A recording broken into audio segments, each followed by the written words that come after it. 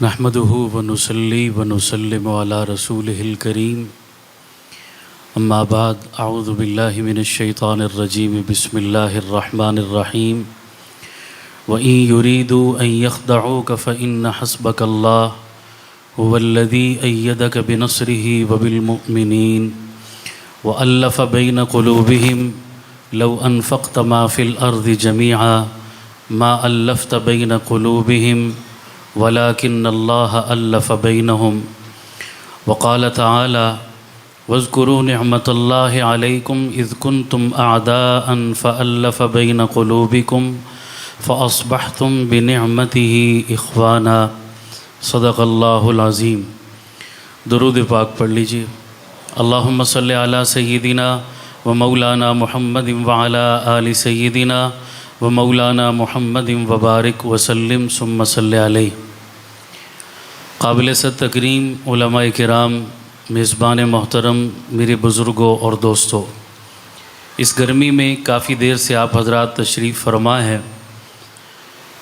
مجھے آپ کی تھکاوٹ کا احساس ہے۔ میں تھوڑی دیر یہاں بیٹھا ہوں تو کافی گھبرا گیا ہوں۔ آپ تو بڑی دیر سے بیٹھے ہیں اس حبس میں، گرمی میں، بیان تفصیلی ہو چکے ہیں۔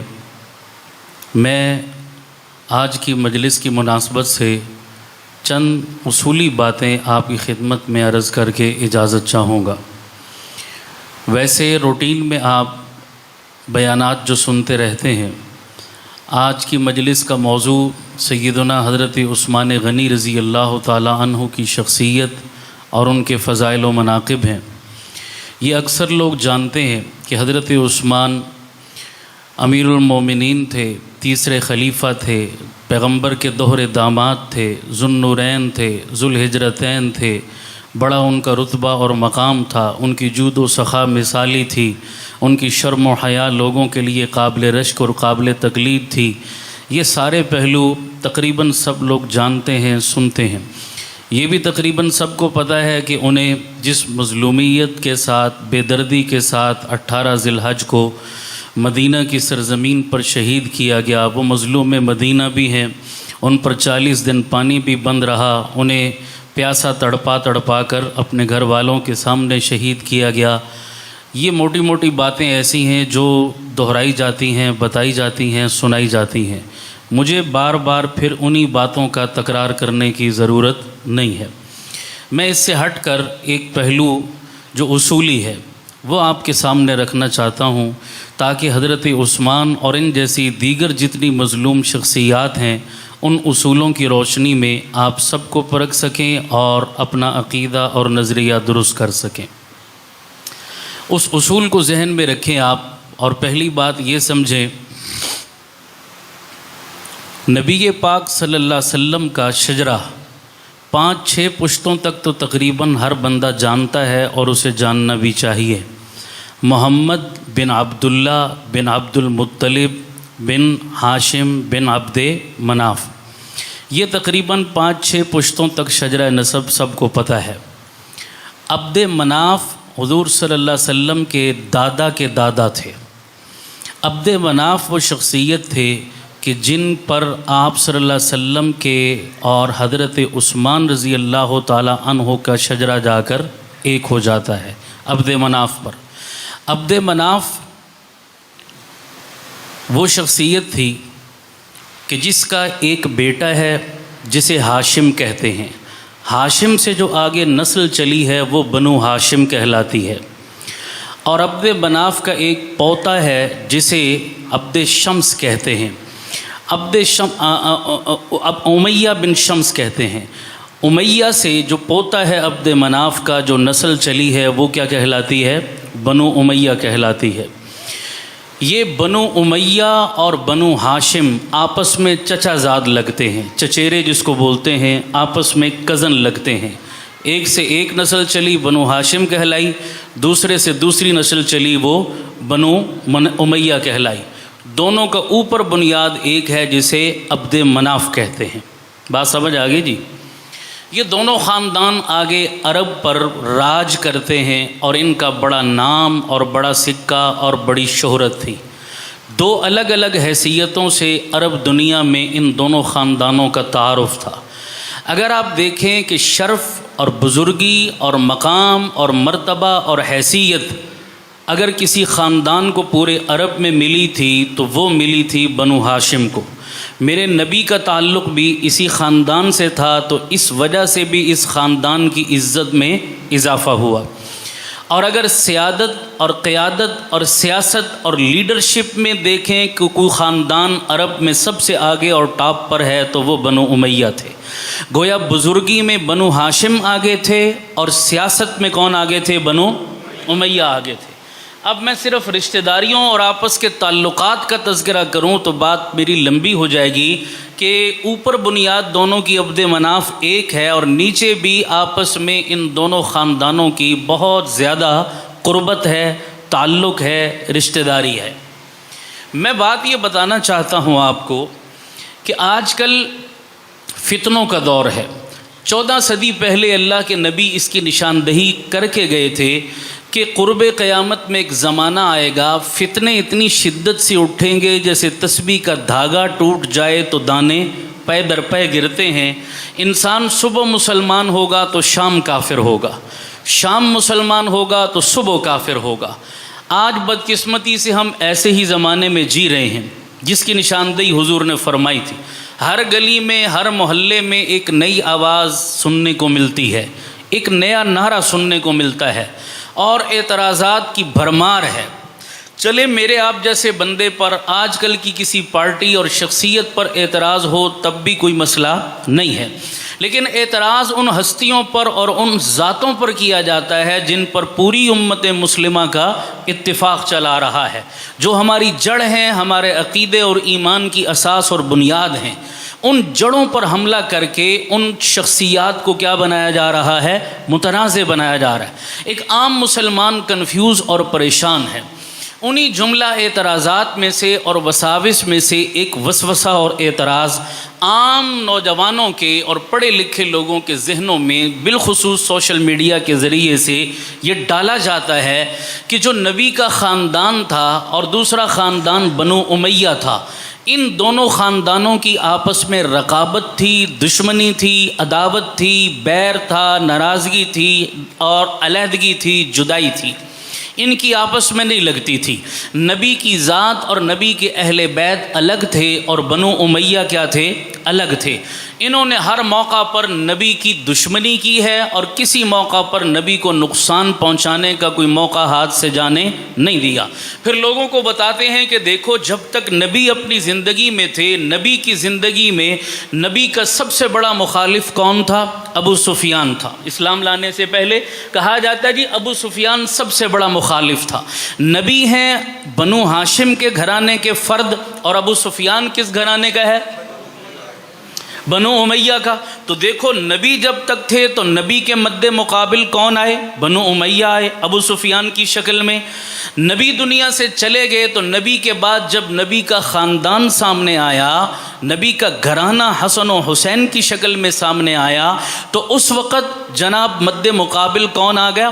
یزید آ گیا۔ ادھر سے حضرت علی جب سامنے آئے تو مد مقابل کون آ گئے؟ حضرت امیر معاویہ آ گئے۔ تو دیکھیے جناب علی کا تعلق بنو ہاشم سے ہے، امیر معاویہ کا تعلق بنو امیہ سے ہے، حسن و حسین کا تعلق بنو ہاشم سے ہے اور یزید کا تعلق بنو امیہ سے ہے۔ کہنے لگے دیکھ لو جناب، یہ خاندان ہمیشہ نبی اور نبی کے گھرانے کے مد مقابل رہا ہے، لہذا یہ دشمنی ہے، عداوت ہے، ان دونوں خاندانوں کا آپس میں کوئی ربط اور تعلق نہیں ہے۔ یہ باور کرایا جاتا ہے اور پھر باور کرا کے اس خاندان کو نبی کے مد مقابل اور دشمن کھڑا کر کے پھر جتنے لوگوں کے نام اس خاندان کی فہرست میں آتے ہیں سب پر لعن طعن شروع کر دیا جاتا ہے، وہ چاہے حضرت عثمان ہو، وہ چاہے حضرت امیر معاویہ ہوں، اس سے نیچے آپ چلے آئیں، نیچے کی بھی کوئی شخصیت، مثلا حضرت عمر بن عبدالعزیز کا تعلق بھی کس سے تھا؟ بنو امیہ کے خاندان سے، ان کو بھی رگڑ دیا۔ محمد ابن قاسم کا تعلق کس خاندان سے؟ بنو امیہ سے تھا، اس کو بھی رگڑ دیا۔ یعنی جو بندہ بھی بنو امیہ سے منسوب نظر آیا، وہ چاہے کتنا ہی اچھا کیوں نہ تھا، اس کی تمام تر خدمات کو یکسر نظر انداز کر کے اس کو ہدف تنقید بنایا گیا۔ یہ ایک خاص سوچ اور سازش اور پلاننگ ہے جو 14 صدیوں سے کام کر رہی ہے۔ یہ ہے ایک مدعا سمجھ آ رہی نہیں آ رہی؟ اب آؤ اس مدعے کا تھوڑا سا حقیقت کے ترازو میں اس کو تولتے ہیں اور دلائل کی دنیا میں اس کا جائزہ لیتے ہیں تو بڑے مسئلے حل ہو جائیں گے۔ میں نے تو جڑ پکڑی ہے نا، ایک شخصیت کا نام نہیں لیا، میں نے تو اصل اس جڑ کی نشاندہی کی ہے جہاں سے یہ ساری خرابی بن رہی ہے۔ یہ کلیئر ہو جائے تو شخصیات ساری خود بخود کلیئر ہو جائیں گی۔ اب دیکھیے اصول کیا ہے۔ میرے نبی کی آمد سے پہلے وہ جو معاشرہ تھا عرب کا، اس کی حالت کیا تھی؟ چھوٹی چھوٹی باتوں پر لڑائی کرنا ان کا وتیرہ تھا۔ دور جاہلیت میں ایک لڑائی ہوئی ہے جسے حرب بسوس کہتے ہیں۔ بسوس عربی زبان میں مرغی کے چوزے کو کہتے ہیں۔ وہ لڑائی مرغی کے چوزے پر شروع ہوئی، 40 سال تک چلتی رہی۔ یعنی اس سے آپ اندازہ لگائیں کہ لڑائیاں کرنا، مرنا مارنا ان کا کیا تھا؟ دلچسپ مشغلہ تھا، گھٹی میں پڑا ہوا تھا۔ آپ جانتے ہیں قتل و غارت گری اس معاشرے کا ترہ امتیاز تھا۔ باپ مرتا تھا تو اپنے بیٹوں اور اپنے پوتوں کو وصیت کر کے جاتا تھا کہ میرے بعد میری فلاں فلاں فلاں سے دشمنی تھی، تم نے اس دشمنی کو برقرار رکھنا ہے اور یہ بدلے لینے ہیں اور اس خون کو کبھی بھی معاف نہیں کرنا۔ یوں نسل در نسل کئی خاندان اس خون کا بدلہ چکایا کرتے تھے۔ یہ ان کا ترہ امتیاز تھا۔ میرے نبی اس ماحول اور اس معاشرے میں تشریف لائے تو حضور نے جہاں ان باقی برائیوں کو ختم کیا، اس آپس کی عداوت کو محبت میں اور اس نفرت کو پیار میں بدلا، اور اللہ نے گواہی دی کہ وہی لوگ جو ایک دوسرے کے خون کے پیاسے اور شکل دیکھنا نہیں چاہتے تھے، وہ رحماء بینہم کی تصویر بن گئے۔ ایسا پیار اور ایسی محبت کہ قرآن ان کی باہمی مروت اور پیار کی کیا دے رہا ہے؟ گواہی دے رہا ہے، مثال بیان کر رہا ہے کہ یہی لوگ جو ایک نظر برداشت نہیں کرتے تھے، اب آپس میں محبت کی ایسی لڑی میں پرو دیے گئے کہ قرآن کہتا ہے رحماء بینہم۔ میں اس کا اپنے لفظوں میں ترجمہ کروں تو یہ ترجمہ بنے گا کہ یہ نبی کے صحابہ آپس میں اتنا پیار، اتنی محبت، اتنا تعلق، اتنی مروت، اتنی اخوت، اتنا بھائی چارہ ہے، گویا ایک عمارت کی اینٹیں ہیں، گویا ایک جسم کے اعضاء ہیں، گویا تسبیح کے دانے ہیں، گویا کنگھی کے دندانے ہیں، گویا شبنم کے قطرے ہیں، گویا ایک عمارت کی اینٹیں ہیں، گویا ایک باپ کی اولاد ہیں۔ یہ ایسے آپس میں مربوط ہو گئے کہ آسمان کے فرشتے ان کی محبت پہ رش کرنے لگے۔ تو رحماء بینہم، یہ کس کی محنت تھی بھائی؟ بولو سارے۔ اللہ قرآن میں نبی کو کیا کہتا ہے؟ وَاذْكُرُوا نِعْمَةَ اللَّهِ عَلَيْكُمْ، اے میرے محبوب آقا، اے میرے نبی کے ساتھیوں اور صحابہ، اس وقت کو یاد کرو اذ کنتم اعداء، جب ایک دوسرے کے جانی دشمن تھے تم۔ یہ قرآن بیان کر رہا ہے، جب ایک دوسرے کے تم جانی دشمن تھے، برداشت نہیں کرتے تھے، فَأَلَّفَ بَيْنَ قُلُوبِكُمْ، بتاؤ دنیا کی کون سی طاقت ہے میرے علاوہ جو تمہارے دلوں میں پیار پیدا کر دے؟ ہے کوئی؟ میں نے تمہارے دلوں میں کیا پیدا کر دیا؟ کون کہہ رہا ہے؟ سارے بولو، کون کہہ رہا ہے؟ میں کیا پڑھ رہا ہوں؟ قرآن۔ میں کسی مولوی مسلک کی بات بھی نہیں کر رہا، قرآن گواہی دے رہا۔ الف بین قلوبکم، میں نے تمہارے دلوں میں پیار پیدا کر دیا، محبت پیدا کر دی۔ لو انفقت ما فی الارض جمیعا، اے میرے نبی ساری دنیا کی دولت بھی آپ خرچ کر دیتے، ما الفت بین قلوبہم، آپ ان صحابہ کے دلوں کو آپس میں نہیں جوڑ سکتے تھے، لیکن اللہ الف بینہم، یہ میں رب نے ان کے دلوں کو جوڑ دیا۔ آج میں اور آپ کسی چیز کو جوڑ دینا تو چیلنج کیا جاتا ہے کہ اسے کوئی توڑ نہیں سکتا، حالانکہ ہم ناقص ہیں تو ہمارا جوڑ بھی ناقص ہے، وہ رب کامل ہے تو اس کا جوڑ بھی کامل ہے، جسے رب نے جوڑ دیا اسے کوئی توڑ۔ تو اللہ نے ان کے دل جوڑ دیے۔ اب سب کو اللہ نے عموماً بولا، چاہے وہ بنو ہاشم ہیں، چاہے وہ بنو امیہ ہیں، چاہے وہ پہلے والے ہیں، چاہے وہ بعد والے ہیں، سب کے دلوں کو میرے رب نے کیا کر دیا؟ جوڑ دیا۔ میرے رب نے ان کے دلوں سے کھرچ کر حسد کو پاک کیا، حسد سے پاک کیا، بغض سے پاک کیا، کینے سے پاک کیا، نفرت اور عداوت سے پاک کیا، ان کے دلوں میں محبت، اخوت اور بھائی چارے کو بھر دیا۔ یہ رب کی طرف سے ڈیوٹی تھی میرے نبی کی، جسے میرے نبی نے پورا کیا۔ آپس میں بھائی چارے کی مثال، اور آپ صحابہ کے واقعات میں تو پڑھتے سنتے رہتے ہیں کہ کتنا بھائی چارہ، کتنی محبت، کتنا ایک دوسرے کے لیے مساوات اور مواسات کے جذبات تھے۔ اس کو مجھے دہرانے کی ضرورت نہیں، میں نے اگلی باتیں کرنی ہے۔ یہ اللہ نے حکم دیا، نبی نے یہ کام کیا، تو بتاؤ نبی اپنی اس مشن میں پوری طرح کامیاب ہوئے نہیں ہوئے؟ صحابہ کے دلوں کو جوڑنے میں کامیاب ہوئے نہیں ہوئے؟ اونچی بولو سارے۔ پیار میں بدل گئی وہ نفرت، وہ عداوت، وہ دشمنی، اب سابقہ تمام دشمنیاں ختم ہو گئی، اور نبی نے بھی کہہ دیا الاسلام یہدم ما کان قبلہ، کہ اسلام لانے کے بعد پہلے کے تمام گناہوں کو اللہ کیا کر دیتا ہے؟ کلمہ پڑھ لیا، توبہ طائب ہو گئے، بھائی بھائی بن گئے، وہ سابقہ جتنی دشمنیاں اگر تھی بھی تو وہ پیار میں بدل گئی۔ اب آج بعض لوگ کیا کہتے ہیں؟ وہ کہتے ہیں کہ نہیں، نعوذ باللہ ثم نعوذ باللہ، یہ جو نبی کے صحابہ نے کلمہ پڑھا تھا اور ایمان لائے تھے اور حضور کے سامنے آ کر آپس میں باہم مل کر بیٹھ گئے تھے، یہ سب اوپر اوپر سے تھا، دل سے وہ مومن بھی نہیں تھے، دل سے وہ ایک دوسرے سے پیار بھی نہیں کرتے تھے، ایک دوسرے سے اسی طرح نفرت کرتے تھے، اوپر اوپر سے کلمہ پڑھا تھا اور حضور کے سامنے آ کر بیٹھ گئے تھے۔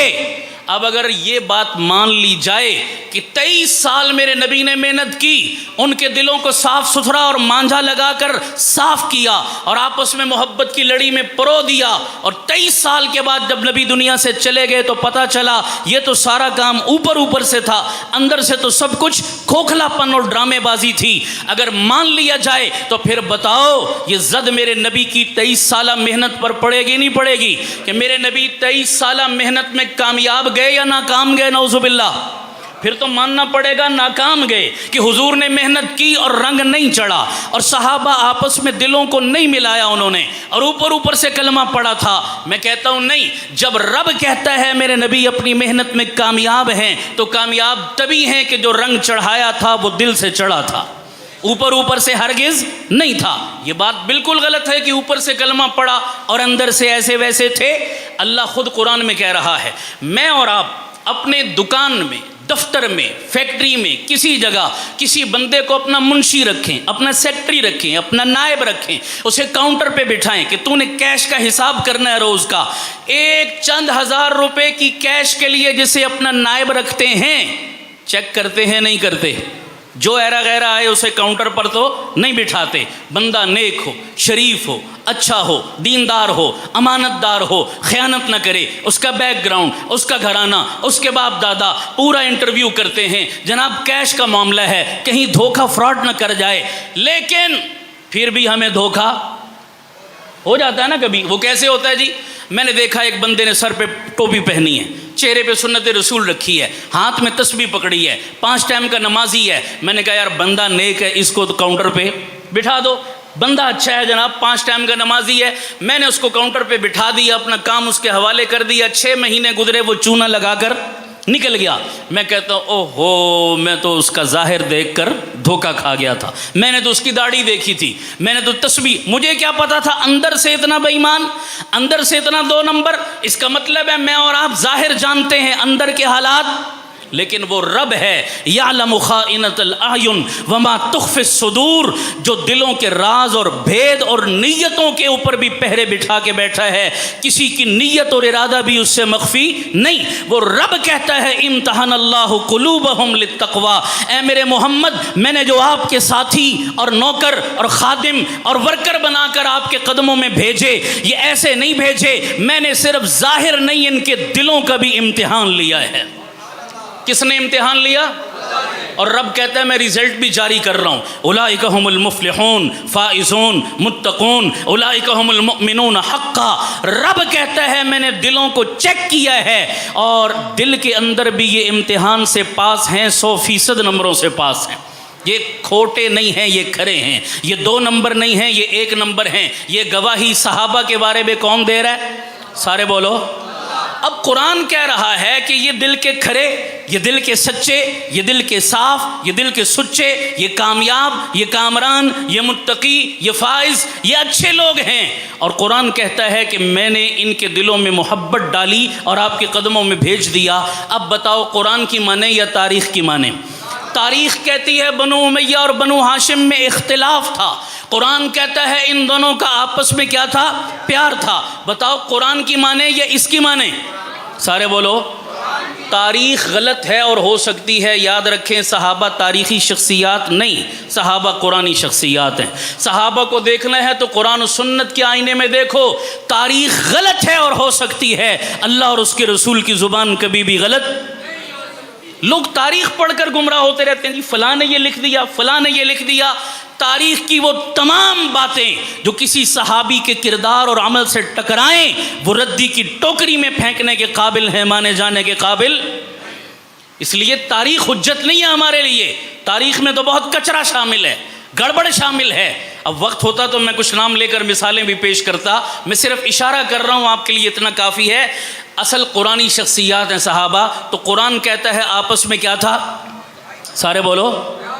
ابو سفیان غزوہ بدر میں، غزوہ احد میں، ابتدائی چند غزوات میں نبی کے مد مقابل کھڑا تھا، لیکن جب فتح مکہ کا موقع آیا نا، مکہ فتح ہونے لگا، ابو سفیان اس وقت تک کلمہ نہیں پڑھا، کھڑا دیکھ رہا ہے میرے نبی اپنے 10,000 صحابہ کے ساتھ فاتحانہ انداز میں جب مکہ میں داخل ہو رہے ہیں۔ ابو سفیان یہ منظر دیکھ رہے ہیں۔ رسول پاک کے چچا بنو ہاشم کے چشم و چراغ اور بزرگ حضرت عباس رضی اللہ تعالیٰ عنہ نے دیکھا کہ ابو سفیان چپ کے کھڑے ہو کر دیوار کی اوٹ سے یہ منظر دیکھتا ہے کہ میرے آقا اپنے 10,000 قدسی صفت جماعت کے ساتھ فاتحانہ انداز میں مکہ میں داخل ہوتے ہیں۔ تو عباس چل کر ابو سفیان کے پاس آ گئے، ابو سفیان کے کندھے پہ ہاتھ رکھ کر کہنے لگے، ابو سفیان اتنی رکاوٹیں، اتنی مخالفت، اتنے روڑے اٹکانے کے باوجود بھی اگر کوئی شخص اپنے چند ساتھیوں کے ساتھ اسی مکہ میں فاتحانہ انداز میں داخل ہو رہا ہے تو مان جا ابو سفیان یہ معمولی آدمی نہیں ہے، یہ معمولی آدمی نہیں ہے، اس کے ساتھ کوئی بہت بڑی مدد ہے، تبھی یہ فاتح بن کر آیا۔ ابو سفیان نے حضرت عباس کے سامنے اقرار کیا، جناب میں مانتا ہوں، میرا دل گواہی دے رہا ہے یہ غیر معمولی شخصیت ہے۔ عباس نے کہا ابو سفیان اگر مانتا ہے تو اظہار کیوں نہیں کر دیتا، کلمہ پڑھ کیوں نہیں لیتا، مسلمان کیوں نہیں ہو جاتا؟ کہا میں تیار ہوں مسلمان ہونے کے لیے، لیکن ابھی فوری کلمہ پڑھوں گا تو میری قوم مجھے تانا دے گی کہ ڈر کر دب کر جب کوئی اور آپشن نہیں ملا اور راستہ نہیں ملا تو کلمہ پڑھ لیا، میں یہ تانا نہیں سننا چاہتا۔ مکہ فتح ہو جائے، میرے آقا یہاں کے حاکم بن کر بیٹھ جائیں گے جب اپنی نشست پر، پھر میں کلمہ پڑھوں گا۔ چنانچہ مکہ فتح ہوا، حضور حاکم وقت بن کر بیٹھے، جب ابو سفیان نبی کے قدموں میں حاضری کے لیے جب پہنچا، صحابہ بیٹھے ہیں، حضور کی نظر پڑی ابو سفیان کے چہرے پر کہ آ رہا ہے نبی کی محفل میں۔ ابو سفیان پہنچا ہی تھا کہ میرے نبی نے حدیث کے الفاظ سنو، کھڑے ہوئے ابو سفیان کا استقبال کیا اور استقبال کر کے فرمانے لگے، ابو سفیان اللہ نے ابھی میرے دل میں یہ بات ڈال دی ہے، میرا دل کہہ رہا ہے کہ تو اوپر سے نہیں اپنے دل کی گہرائیوں سے محمد کا کلمہ پڑھنے آ رہا ہے۔ یہ حدیث میں الفاظ منقول ہیں، حضور نے کھڑے ہو کر ابو سفیان سے یہ کہا، میرا دل گواہی دیتا ہے کہ تو اوپر سے نہیں دل کی گہرائیوں سے مجھ محمد کا کلمہ پڑھنے آ رہا ہے۔ اب نبی کہے کہ ابو سفیان نے دل سے کلمہ پڑھا اور تاریخ کی جھوٹی روایات کہیں کہ اوپر سے مسلمان تھے، بتاؤ ایسی روایات مانے جانے کے قابل ہیں؟ اونچی بولو سارے۔ تو دل سے کلمہ پڑھا، مسلمان ہو گئے، نبی کے قدموں میں آ گئے۔ اب بتاؤ نبی اپنی محنت میں کامیاب ٹھہرے یا ناکام ٹھہرے؟ اگر اس نظریے کو مان لیں جو تاریخ بتا رہی ہے تو پھر نبی کو ناکام ماننا پڑے گا، کیونکہ جن لوگوں نے یہ تاریخی روایات لکھی ہیں انہوں نے اپنی کتابوں میں لکھا ہے کہ جناب 1400 سال پہلے مسلمانوں کے آقا اپنی محنت اور مشن میں ناکام ٹھہرے تھے، اور آج ہمارا مقتدی اور پیشوا خمینی اپنی محنت میں کامیاب ٹھہرا ہے۔ یہ انہوں نے لکھا ہے، نبی اپنے مشن میں ناکام تھے اور ہمارا پیشوا کامیاب تھا۔ تو یہی تو اسی بیانیے کی تقویت میں یہ باتیں کی جا رہی ہیں۔ ہم کہتے ہیں نہیں، ہمارے نبی اپنی محنت میں کامیاب تھے، ناکام نہیں تھے۔ اب آگے چلیے گا، میں اس پر 2-4 دلائل عرض کرنے لگا ہوں۔ آپس میں صحابہ کا، اہل بیت کا، بنو ہاشم اور بنو امیہ کا پیار تھا۔ نمبر 1، پہلی دلیل پہ غور کرنا، اللہ تعالیٰ نے اپنی صفت قرآن مجید میں کئی صفات ہیں، ایک صفت کو نمایاں بیان کیا، وہ کیا؟ الرحمن الرحیم۔ اللہ کی صفت کیا ہے؟ وہ رحمان بھی ہے، وہ رحیم بھی ہے۔ رحمان اور رحیم کی صفت کا تقاضا کیا ہے؟ محبت، پیار، شفقت، ہمدردی، یہ رحمان اور رحیم کی صفت کا تقاضا۔ نبی کا تذکرہ آیا، اللہ نے اپنے نبی کا تعارف بھی کس الفاظ میں اور کن صفات سے کرایا؟ بالمؤمنین رؤوف الرحیم، میرے نبی مومنین پر رؤوف بھی ہیں اور رحیم بھی ہیں۔ رؤوف اور رحیم کی صفتوں کا تقاضا بھی پیار، محبت اور شفقت کا ہے۔ اور پھر جب نبی کے صحابہ کا تذکرہ آیا تو اللہ نے قرآن میں تعارف کرایا رحماء بینہم، یہ بھی آپس میں رحمت۔ تو تینوں جگہ صفت جو لائی ہے وہ رحمت والی صفت لائی ہے۔ میرا رب بھی رحمت والا، نبی بھی رحمت والا، نبی کے صحابہ بھی رحمت والے۔ ان تینوں کی صفتوں کا تقاضا پیار کا ہو سکتا ہے، دشمنی کا نہیں ہو سکتا۔ بات سمجھ آ رہی نہیں آ رہی؟ میں ہر صفت پر تفصیلاً بات کروں تو پھر بھی بات لمبی ہو جائے گی۔ میں تفصیل میں جانا نہیں چاہ رہا، میں اشارے کر رہا ہوں، میں قرآن پڑھ کر سنا رہا ہوں۔ اللہ قرآن پر ایمان نصیب فرما دے، آمین کہہ دو سارے۔ آپس میں کیا تھا؟ پیار تھا۔ دوسری دلیل سنیے، ایک موٹی سی بات کہتا ہوں، عام بندہ بھی سمجھ لے گا اس بات کو کہ دیکھو دین اور دنیا میں دو چیزیں بڑی اہم ہیں۔ اگر دین میں لیا جائے تو سب سے اہم عبادت نماز ہے۔ دین میں سب سے اہم عبادت کون سی ہے؟ سارے بولو کون سی ہے؟ نماز اہم ترین عبادت، نماز ہی کو لے لو تو ہم چیک کرتے ہیں کہ حضرت علی جن کا تعلق بنو ہاشم سے تھا، ابو بکر، عمر، عثمان، تینوں کے پیچھے ساری زندگی نماز پڑھی ہے یا نہیں پڑھی؟ اونچی بولو سارے۔ اہم ترین عبادت، اور میں چیلنج کر کے کہتا ہوں تقریباً 20 سے 25 سال کا زمانہ بنتا ہے تینوں خلفاء کی خلافت کا۔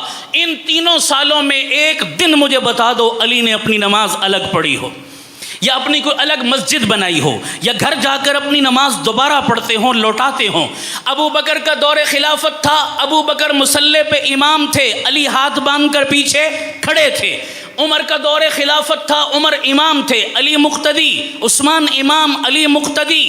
آج میرے آپ جیسا گیا گزرا بندہ جس کو اپنی نماز سیدھی نہیں آتی، جس کو وضو استنجے کا مسئلہ نہیں پتا صحیح طرح، اس کو اگر اپنے مسجد کے امام سے اختلاف ہو جائے، ڈاؤٹ ہو جائے، شک ہو جائے، دل میں میل آ جائے، میرے آپ جیسا گیا گزرا نمازی اس امام کے پیچھے نماز، ہم مسجد بدل لیتے ہیں، ہم کہتے ہیں جی میرا اس امام پر اعتقاد اٹھ گیا ہے، یقین اٹھ گیا ہے، میری اس کے پیچھے نماز نہیں ہوتی، میں دوسرے محلے کی مسجد میں جا کر نماز پڑھوں گا۔ کیا علی کی نماز کا رتبہ میری تیری نماز جتنا بھی نہ تھا کہ علی جن کو حق نہیں سمجھتا، علی کی خلافت کے جو غاصب ہیں، علی کے گھرانے کے حق کے جو غاصب ہیں، علی 25 سال تک 2-4 مہینے کی بات بھی نہیں، ان کے پیچھے ہاتھ باندھ کر نماز پڑھتا رہا۔ اگر نماز پڑھی ہے تو مان لو علی نے ان کو حق مان کر نماز پڑھی ہے۔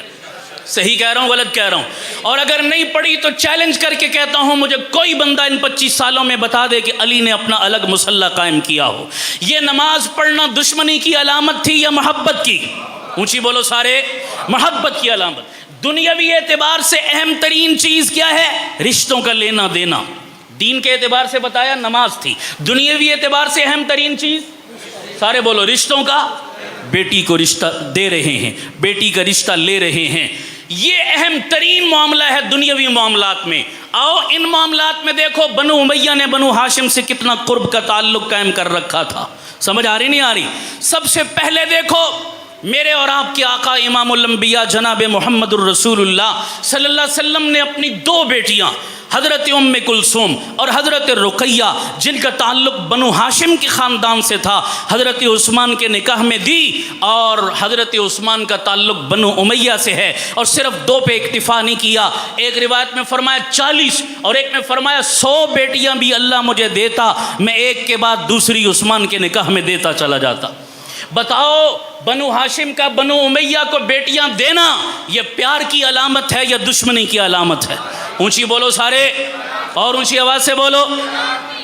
حضرت جعفر طیار حضرت علی رضی اللہ تعالی عنہ کے بھائی ہیں، حضرت جعفر طیار کی پوتی ہیں جن کا نکاح ام کلثوم ان کا بھی نام ہے۔ جعفر طیار کی پوتی ام کلثوم نامی بچی، اس کا نکاح حضرت عثمان رضی اللہ تعالیٰ عنہ کے بڑے فرزند ابان ابن عثمان کے ساتھ ہوتا ہے۔ جعفر طیار کی پوتی بنو ہاشم سے ہے، عثمان کا بیٹا ابان بنو امیہ سے تعلق رکھتا ہے۔ یہ نکاح ہوا، بتاؤ یہ پیار کی علامت ہے یا دشمنی کی علامت؟ اونچی بولو سارے۔ اگلی بات سننا ذرا کان کھول کر، میرے اور آپ کے سردار، آنکھوں کے نور اور دل کا سرور جناب حسین رضی اللہ عنہ کی بیٹی ہیں، ان کا نام سکینہ ہے۔ سکینہ نامی حسین کی بیٹی کا نکاح حضرت عثمان کے پوتے جن کا نام زید بن عمر بن عثمان تھا، زید نامی حضرت عثمان کے پوتے سے حضرت حسین کی بیٹی کا نکاح ہو رہا ہے۔ بول یہ پیار کی علامت ہے یا دشمنی کی علامت ہے؟ اونچی بولو سارے، پیار کی علامت ہے۔ حضرت حسین کی دوسری بیٹی جن کا نام فاطمہ تھا، فاطمہ کا نکاح حضرت عبداللہ بن عمر بن عثمان حضرت عثمان کے دوسرے پوتے سے ہو رہا ہے۔ بول یہ پیار کی علامت ہے یا نفرت کی علامت ہے؟ اونچی بولو سارے۔ چوتھی دلیل سنیے، حضرت حسین کے بڑے بھائی حضرت حسن ہیں، حسن کی پوتی ہیں ام القاسم، ان کی کنیت ہے ام القاسم کا نکاح حضرت عثمان غنی رضی اللہ تعالیٰ عنہ کے پوتے سے ہوتا ہے۔ یہ پیار کی علامت ہے یا نفرت کی علامت؟ سارے بولو، یہ پیار کی علامت۔ میں نے تو چند جھلکیاں عرض کی ہیں، ورنہ میں ان رشتہ داریوں کی باریکیوں میں جاؤں بات بڑی لمبی ہو جائے۔ اور یارو آج جس میرے بندے سے میری کسی کی تو تکرار ہو جائے، خدا کی قسم ہم سلام نہیں کرتے، رشتہ دینا تو دور کی بات ہوا کرتی ہے، وہاں اتنا بڑا اختلاف ہے اور بیٹیوں کے رشتے دیے جا رہے ہیں، عقل مانتی ہے؟ بولو سارے، یا رشتوں کا انکار کر دو یا اختلاف کا انکار کر دو، اور کوئی مئی کا لال رشتوں کا لینے دینے کا انکار نہیں کر سکتا۔ تو بولو یہ اختلاف نہیں تھا، یہ محبت تھی۔ اختلاف غلط پھیلایا گیا ہے قوم کے نوجوانوں کے ذہنوں کو خراب کرنے کے لیے۔ بات سمجھ آ رہی نہیں آ رہی؟ یہ محبت کی علامت، بولو کس کی علامت؟ سارے بولو کس کی علامت؟ میں اتنے واقعات نہ سنانا شروع کروں بخدا شام ہو جائے۔ میرے ذہن میں واقع حضرت علی اور حضرت ابوبکر آپس میں کتنی محبت، کتنا تعلق، کتنا پیار، کتنا ایک دوسرے کے درجے کا احترام۔ رستے میں جا رہے اچانک ملاقات ہو گئی، اکٹھے ہو گئے دونوں، حضرت ابوبکر اور حضرت علی اکٹھے ہوئے جب، تو پھر آپس میں ایک دوسرے کے درجے اور مرتبے سے بھی واقف تھے۔ تو حضرت علی احتراماً حضرت ابوبکر سے کہنے لگے، ابوبکر آپ کا درجہ اور رتبہ زیادہ ہے، آپ آگے چلیں، علی پیچھے چلے گا۔ سبحان اللہ، کتنا محبت ہے دل میں، آپ احترام ہے آپ کا، آپ آگے چلیں۔ کیوں؟ اس لیے کہ میں نے اپنے آقا کی زبان سے سنا تھا کہ میرے آقا نے آپ کے بارے میں فرمایا تھا، لو کنت متخذا خلیلا لاتخذت ابا بکر خلیلا۔ اللہ میں دنیا میں کسی کو اپنا جگری یار بناتا تو ابو بکر کو اپنا جگری یار بناتا۔ یہ آپ کے لیے جملے بولے گئے تھے، آپ کا مقام ہے بڑا، آپ آگے چلیے۔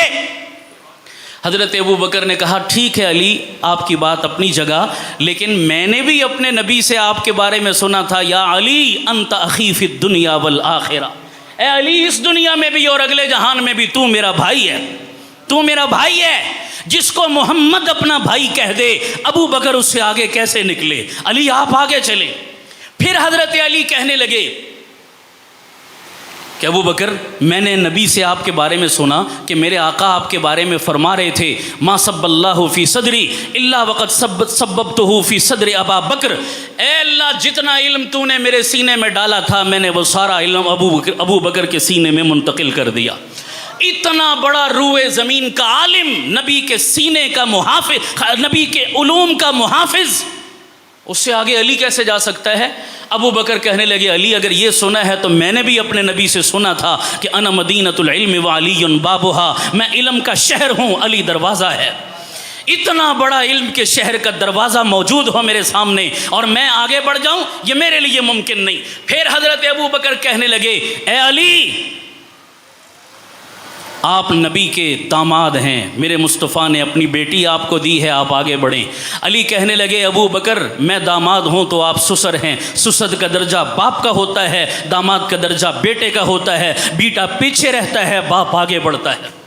آخر میں کافی لمبا مکالمہ ہے، آخر میں حضرت علی کہنے لگے گل مکدی مکاواں، ابو بکر کہنے لگے بول علی کیا کہنا چاہتا ہے؟ علی عرض کرنے لگے ابو بکر، جس کا ہاتھ میرے مصطفیٰ نے پکڑ کر آگے مصلی پہ کیا ہو، علی اس سے آگے نہیں بڑھ سکتا۔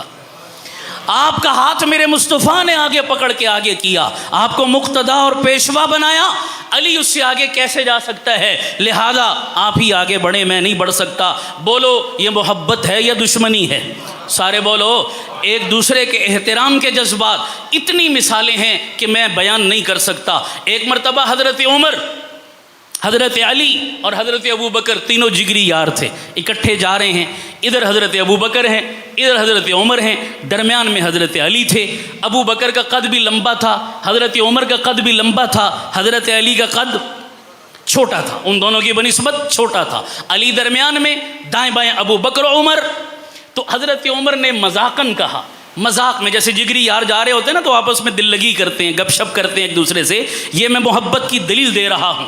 مذاقاً کہنے لگے حضرت عمر حضرت علی سے کہ علی ہمارے درمیان چلتے ہوئے یوں لگ رہا ہے جیسے لنا میں نون، علی بیننا کالنون فی لنا، لام نون الف نا، لنا۔ اب لنا کے اندر نون کتنا سا ہوتا ہے؟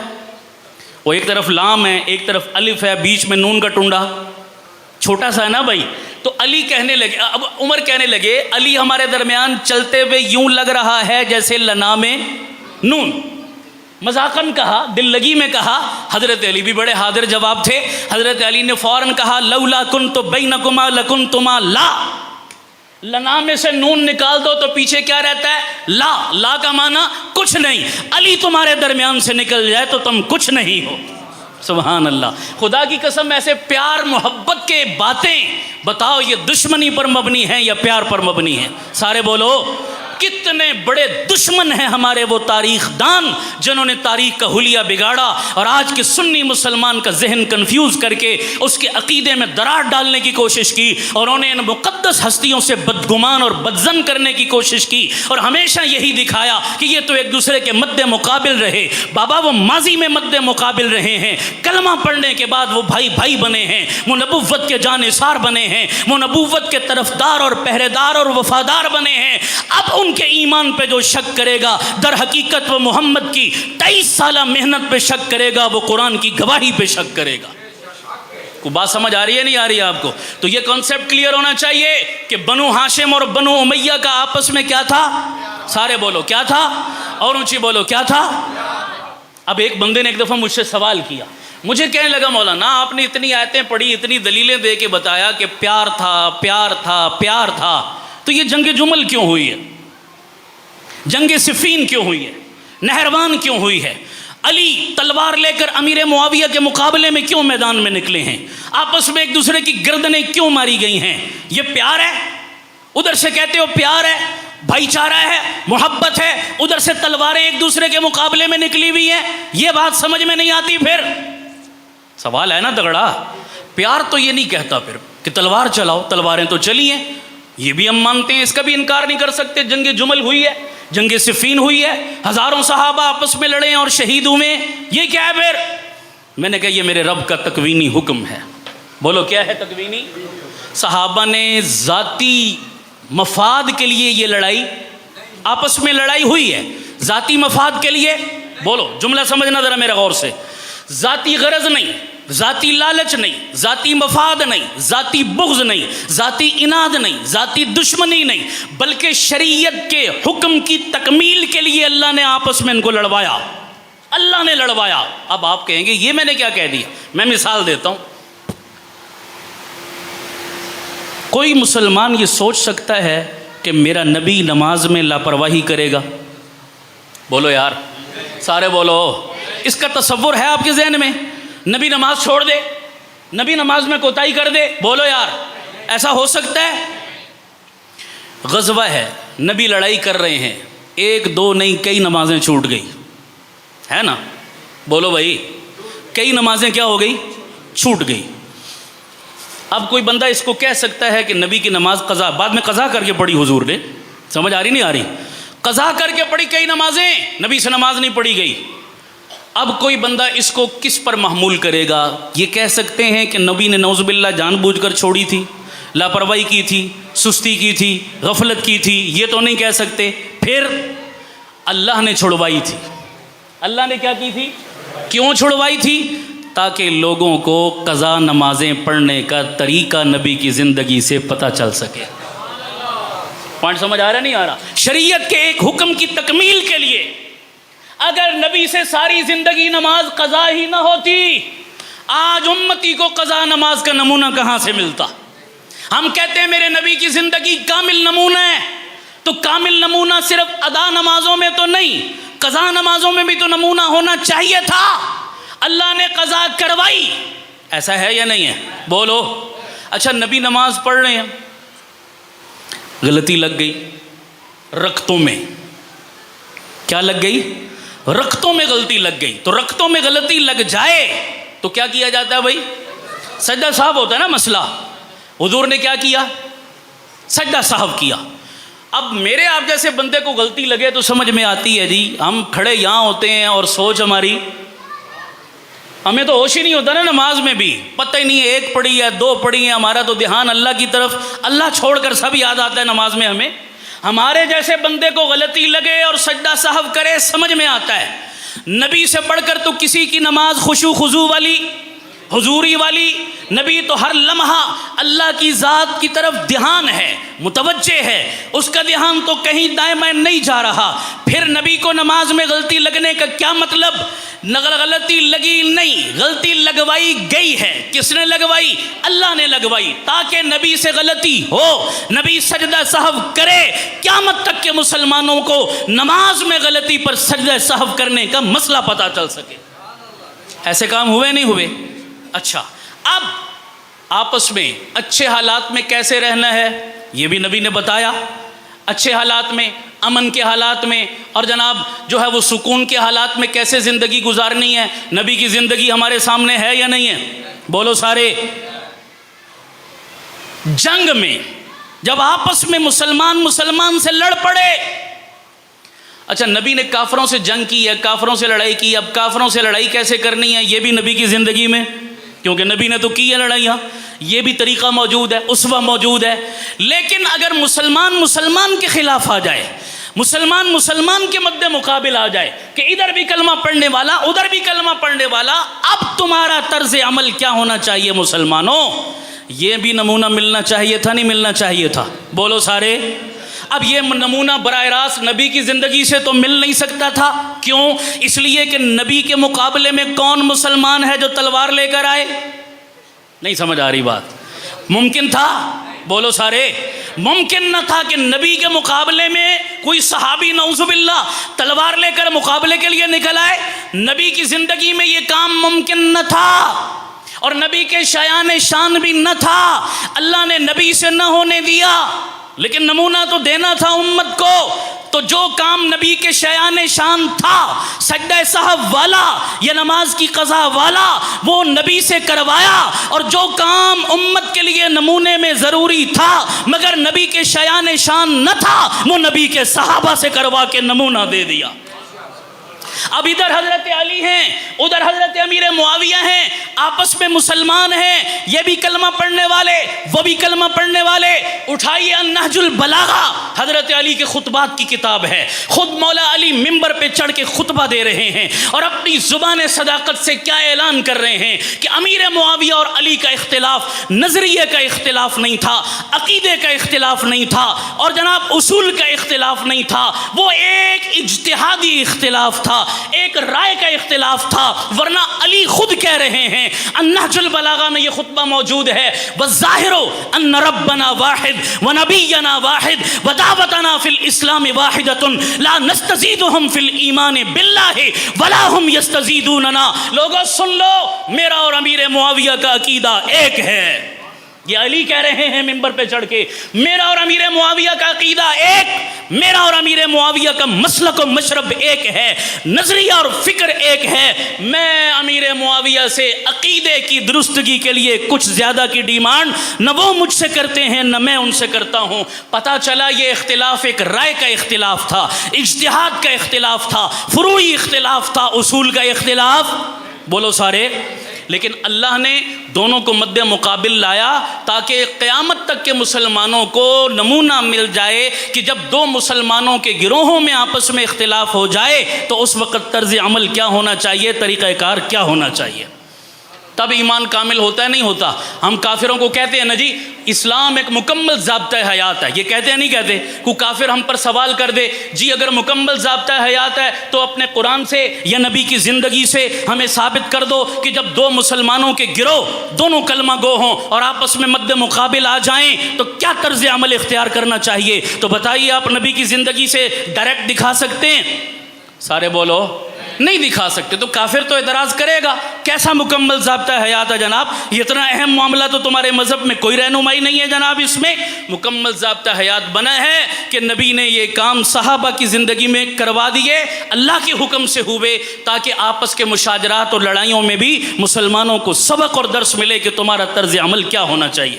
اب مشاجرات سے سبق کیا کیا ملتے ہیں یہ ایک الگ عنوان ہے, پھر کبھی تفصیلاً اس کا موقع ملا تو میں عرض کروں گا. ایک بات چھوٹی سی اور عرض کر کے اپنی بات کو ختم کرتا ہوں, اس کو بھی سمجھ لیں آپ. یہ اصولی بات ہے. مجھے بتائیں, میں آپ سے پوچھتا ہوں, ایک بندے کا باپ ہے, دوسرا اس کا چاچا ہے, آپس میں دونوں کیا لگے؟ بولو بھائی بھائی آپس میں کبھی کبھی لڑتے ہیں, نہیں لڑتے؟ اختلاف بھی ہو جاتا ہے, کبھی کبھی گریبان بھی پکڑ لیتے ہیں. اسی بندے کا بیٹا بتاؤ کس کا گریبان پکڑے گا اور کس کے منہ پہ تھپڑ مارے گا, باپ کے یا چاچے کے؟ چاچے کے مار دے گا. یار چاچا بھی تو باپ بجایا ہے, خاندانی بندہ تو یہ کام نہیں کرے گا. ہاں کوئی بہت بدتمیز ہوگا, بہت نافرمان قسم کا بچہ ہوگا کہ وہ ایک کی طرفداری کر کے دوسرے کے منہ پہ تھپڑ مارے یا گریبان پکڑ لے. کیا خیال ہے؟ کچھ شریف اور فرما بردار اولاد, خدا کی قسم, نہ باپ کی جو ہے وہ مخالفت نہ چچے کی مخالفت. وہ کہیں گے یار تم دونوں بھائی ہو, تم جانو تمہارا کام جانے, میرے لیے دونوں سروں کا تاج ہو, میرے لیے دونوں قابل احترام ہو. میں ایک کی طرفداری کر کے دوسرے کی طرف انگلی اٹھاؤں, کم از کم میری تربیت مجھے اس کی اجازت. صحیح بات ہے یا غلط ہے؟ سارے بولو. ایسا ہوگا نہیں ہوگا؟ میں کہتا ہوں خدا کی قسم, ایک طرف حضرت علی ہے, دوسری طرف حضرت امیر معاویہ ہیں, آپس میں دونوں صحابی ہیں. بولو آپس میں دونوں صحابی ہیں, آپس میں دونوں بھائی ہیں. آپس میں اختلاف ہو بھی گیا, رنجش ہو بھی گئی, کوئی گلہ شکوہ ہو بھی گیا, وہ جانے, ان کا کام جانے, ان کا رب جانے. میں اور تو 14 صدیوں بعد کون ہوتے ہیں فیصلہ کرنے والے؟ ہماری اوقات کیا ہے؟ کیا پدی اور کیا پدی کا شوربہ. میرا رب 14 صدی پہلے جانتا تھا کہ امیر معاویہ نے علی سے اختلاف کرنا ہے, دونوں کی تلواریں نکلنی ہیں, دونوں نے لڑائی کرنی ہے. اس سب کے باوجود رب نے 14 صدی پہلے اعلان کر کے بتا دیا, رضی اللہ عنہم ورضوا عنہ, میں امیر معاویہ سے بھی راضی ہوں, میں علی المرتضیٰ سے بھی راضی ہوں. رب نے دونوں سے رضا کا اعلان کیا نہیں کیا؟ اچھا میں ایک بڑے آسان طریقے سے ایک مثال سمجھاتا ہوں, اس اصول کو سمجھنا بہت کام دے گا آپ کو, بہت کام دے گا. علمی دلائل علماء کا کام ہے, لیکن عام لوگوں کو بھی سمجھانے کے لیے میں ایک بات کہہ رہا ہوں. صحابی کسے کہتے ہیں بھائیو؟ جی, جس نے ایمان کی حالت میں نبی کی صحبت پائی, دیکھا بھی شرط نہیں, نبی صحابی ہیں. جس نے صحبت پائی ایک لمحے کے لیے, کتنی دیر کے لیے جی, اور اسی پر موت آ گئی, وہ کیا ہے؟ سارے بولو کیا ہے؟ یاد کرو, چھوٹے بچے بھی یاد کرو, بزرگ بھی یاد کرو اس بات کو. مثال دینے لگا ہوں. ایک بندہ حضور کی محفل میں دن کے 10 بجے آیا, کلمہ پڑھا, مسلمان ہو گیا, 11 بجے فوت ہو گیا. کتنی دیر کا مسلمان ہے؟ سارے بولو.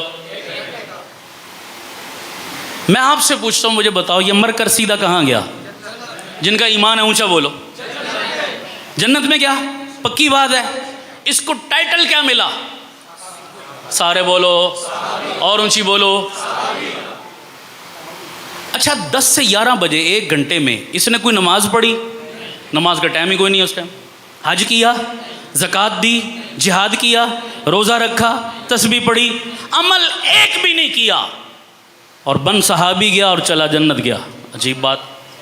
یہاں سے ایک بات سمجھ آئی, توجہ کرنا میری بات پر, توجہ کرنا. ایک بات سمجھ آئی, وہ کیا؟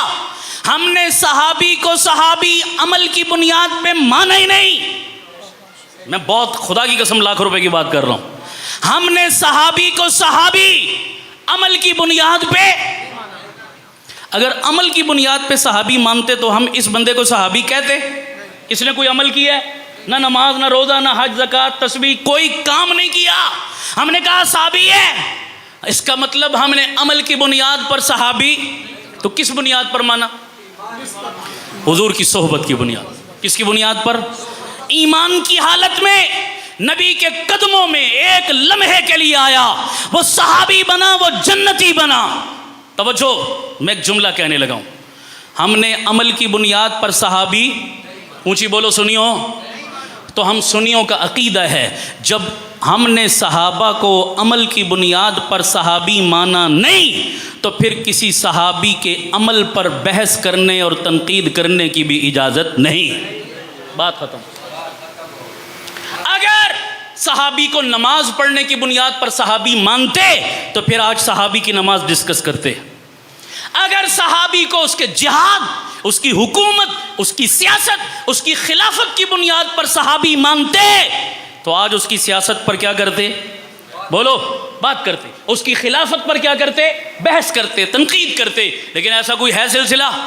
اب اس سے مسئلہ قیامت تک لاکھوں کروڑوں بندے الٹے لٹک جائیں، دنیا جہان کی کتابیں اٹھا کر لے آئیں اور ان کتابوں سے حوالے پڑھ پڑھ کر ہمیں سنانے شروع کر دیں، جی فلاں صحابی نے فلاں موقع پر یہ کیا تھا، فلاں نے یہ کیا تھا، فلاں نے ایسا کیا تھا، فلاں نے ویسا کیا تھا. آپ نے ان لاکھ سوالوں کا بھی ایک ہی جواب دینا ہے، بابا جو مرضی تو کہتا رہے، اول تو تیرا اعتراض ہی جھوٹا اور غلط ہے. اگر صحیح بھی ہو تب بھی رہے گا وہ پھر بھی صحابی رہے گا، پھر بھی جنتی.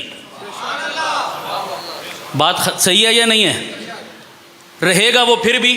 ساری دنیا اعتراض کرے ہے وہ پھر بھی.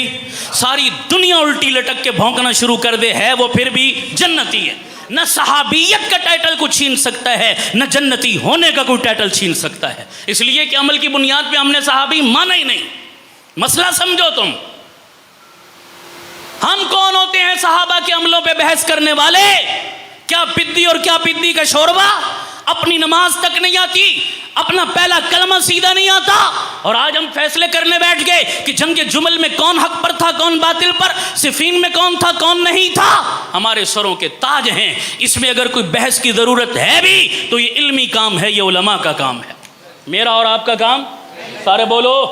ہمارا کیا ہے؟ آسان جواب ہے بھائی صحابہ ہیں، بس ہمارے لیے اتنا کافی ہے. صحابی ہیں بس، ہم اور کچھ نہیں سننا چاہتے. وہ ہمارے سر کا تاج ہیں، ہمارے ایمان کا جز ہیں. ہم کسی صحابی کے بارے میں کوئی ادنا سے ادنا بات بھی سننے کے لیے تیار نہیں ہے. بالکل صحیح ہے یا غلط؟ اونچی بولو جس کا ایمان ہے. انشاءاللہ ہونا چاہیے نہیں ہونا چاہیے؟ کوئی بڑے سے بڑا علامہ فہامہ آ کر بھی ہمیں اس پر کیلو کال کرنے کی کوشش کرے، ہم اس کی بات سننے کے لیے تیار.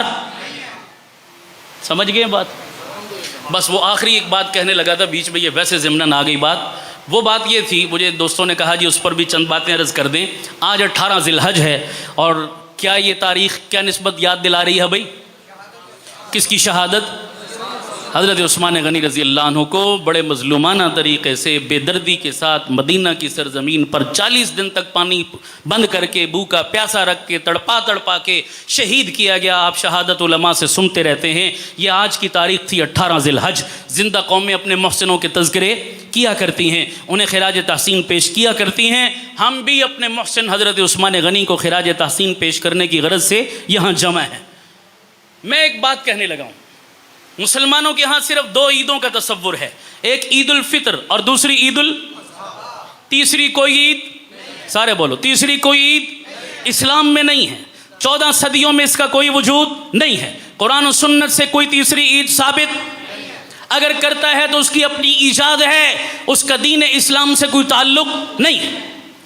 بعض لوگوں نے آج کی تاریخ میں ایک اور عید کا اضافہ کر رکھا ہے اور اسے وہ نام دیتے ہیں عید غدیر کا.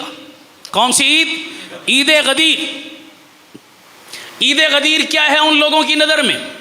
اللہ کے نبی صلی اللہ علیہ وسلم حجۃ الوداع کا خطبہ دے کر حج کر کے جب واپس لوٹ رہے تھے تو مکہ مکرمہ سے جب واپس ہوئے، رستے میں ایک جگہ آتی ہے غدیر خم.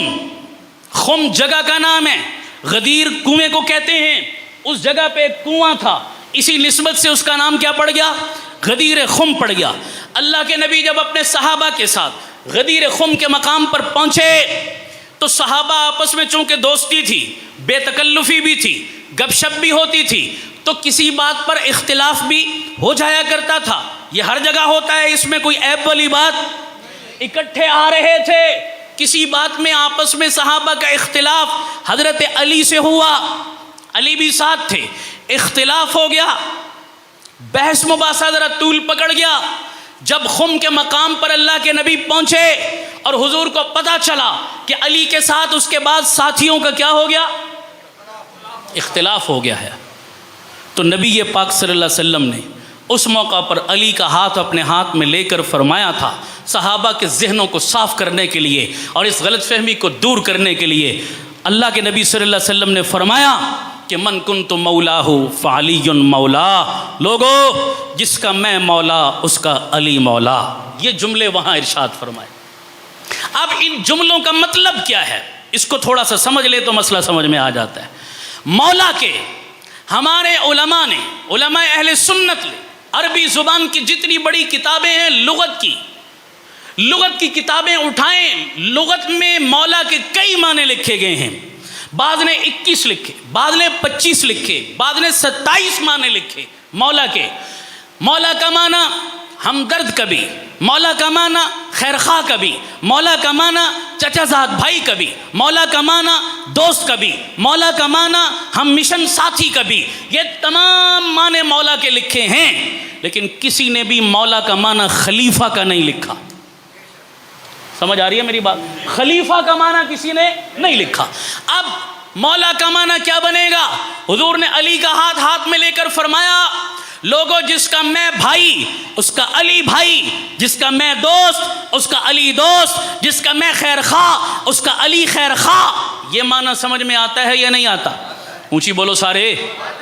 سمجھ میں آتا ہے. اور بالکل ہم مانتے ہیں جناب کہ جو علی کا خیر خواہ ہے وہ مصطفیٰ کا خیر خواہ ہے، جو علی کا دوست ہے وہ محمد کا دوست ہے. ہمارا سنیوں کا ایمان ہے، خدا کی قسم جو علی کا نہیں وہ محمد کا نہیں ہو سکتا.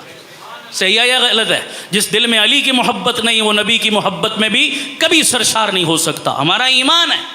لیکن بعض یار لوگوں نے اس سے معنی کیا خلیفہ کا.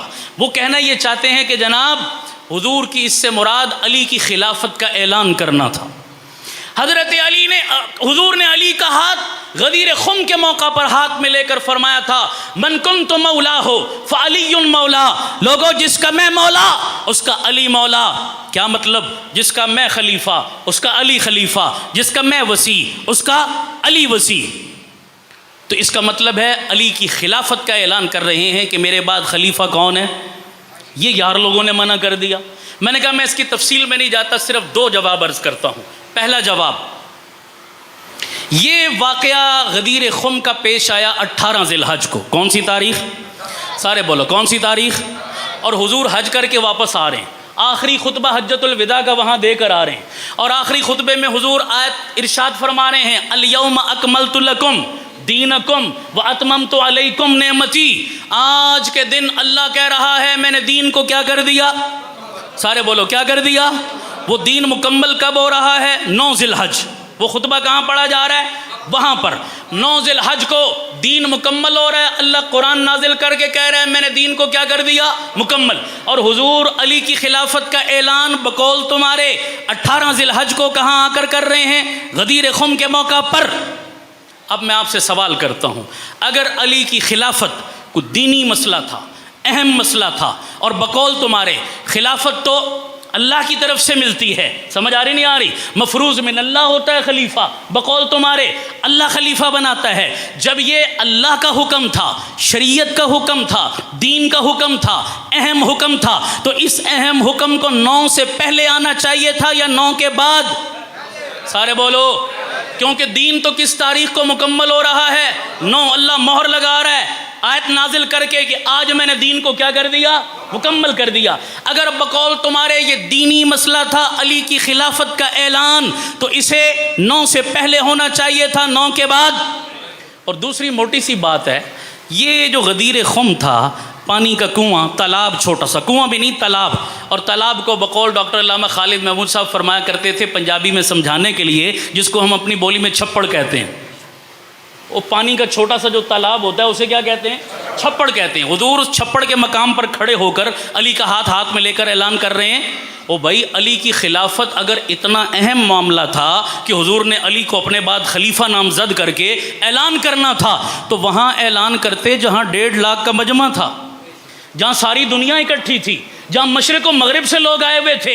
اتنا اہم اعلان حضور نے حج کے خطبے میں نہیں کیا جہاں ساری دنیا آئی ہوئی تھی، اور چند صحابہ کو لے کر ایک چھپڑ کے کنارے کھڑے ہو کر کہہ رہے ہیں جس کا میں خلیفہ اس کا علی خلیفہ، تک بنتی ہے؟ وہ بولو یار، عقل میں آتی ہے یہ بات؟ یہ تو بین الاقوامی قسم کا اعلان تھا، معمولی اعلان نہیں تھا. اس اعلان کو بڑے مجمع میں حج کے خطبے میں ہونا چاہیے تھا. پتہ چلا اگر حج کے خطبے میں حضور نے یہ نہیں کہا، چھپڑ پہ کھڑے ہو کر علی کا ہاتھ لے کر ہاتھ میں کہا، تو یہ خلافت کا اعلان نہیں تھا. یہ وہی اعلان تھا کہ صحابہ کی آپس میں تھوڑی رنجش ہو گئی تھی، اس کو ختم کرنے کے لیے، علی کی اہمیت بتانے کے لیے حضور نے فرمایا تھا جس کا میں دوست ہوں علی اسی کا دوست ہے. وہ سمجھ آ رہی ہے نہیں آ رہی؟